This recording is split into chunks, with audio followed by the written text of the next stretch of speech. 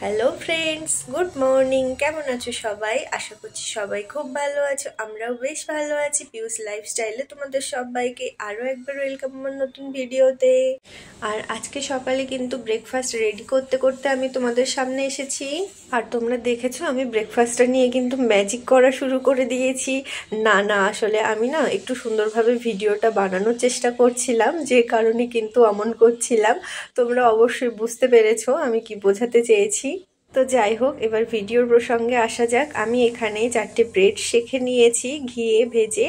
তো তারপরে নিয়ে চলে আসলাম, তার সঙ্গে আনলাম ফ্রুট জ্যাম। আর একটা ব্রেডকে আমি 4 টুকরো করে কেটে তার ভিতরে ফ্রুট জ্যাম দিয়ে এই দেখো স্যান্ডউইচ টাইপের করে এনেছি।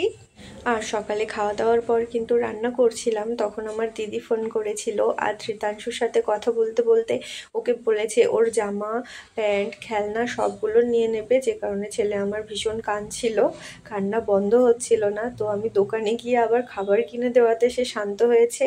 তারপরে চলে আসলাম কিন্তু একেবারে দুপুরের খাবার নিয়ে। তো আজকে ভাত করেছিলাম আর এরকম একটা মাছের তরকারি করেছিলাম। আর কি বলতো, গত দিনের কিন্তু খিচুড়ি অনেকটাই বেঁচে আছে, তো সেটা গরম করেছি। আর ভাত তরকারিটা আমি কম পরিমাণেই করেছিলাম।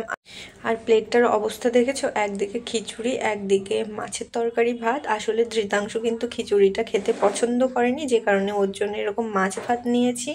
আর সন্ধ্যাবেলা এরকম ধৃতাংশুর পাপা বাজারে যাচ্ছিল, তো আমি তাকে বলেছিলাম কেক নিয়ে আসবে আর এই পরাঠাগুলো আনবে, কারণ পরোটাটাও আমার খুব ভালো লাগে খেতে। আর এই ক্রিসমাস দিনে যে কেকটা খেয়েছিলাম আমার কাছে ভীষণই পছন্দ হয়েছিল, যে কারণে সেম কেকটাই আনতে বলেছিলাম। কিন্তু এই কেকটা অনেকটা দিন হয়ে গেছে, তো একেবারে খেতে ভালো ছিল না।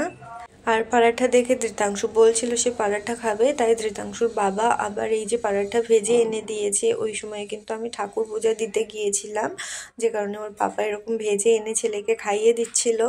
আর সন্ধ্যের পর থেকে যে কতবার দোকান আর বাড়ি করতে হয় তার কোনো ঠিক ঠিকানা নেই। প্রথমবার একবার গেল, গিয়ে ওই কিছু খাবার দাবার নিয়ে এসেছে।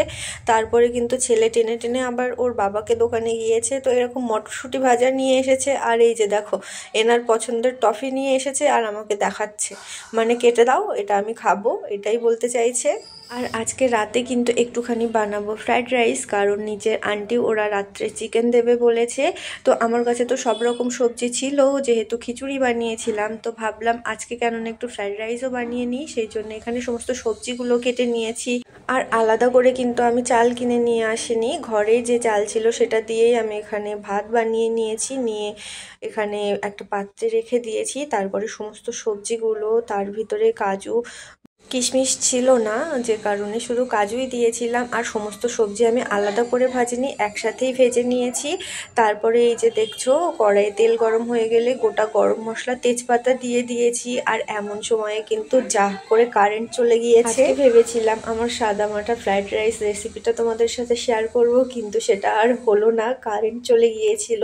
আর এই যে দেখো আমরা কিন্তু খেতেও বসে গিয়েছিলাম, কারণ অনেকটা টাইম হয়ে গিয়েছিল কিন্তু কারেন্ট আসছিল না, যে কারণে আমরা আর অপেক্ষা না করে খেতে বসে গিয়েছিলাম। আর খাওয়া দেখো প্রায় শেষের পথে, সেই সময়ে কিন্তু কারেন্ট এসেছে। তো যাই হোক, আজকে শেয়ার করার ভাগ্য ছিল না, যে কারণে শেয়ার করতে পারলাম না। নেক্সট দিন যদি কপালে থাকে তো শেয়ার করব। তো যাই হোক, আজকের ভিডিওটা কিন্তু এখানেই শেষ করছি। কেমন লাগলো তোমরা অবশ্যই কমেন্ট করে জানিও। ভালো থেকো সবাই, দেখা হবে নতুন কোনো ভিডিওর সাথে। ততক্ষণ সবাই ভালো থেকো, সুস্থ থেকো, সাবধানে থেকো।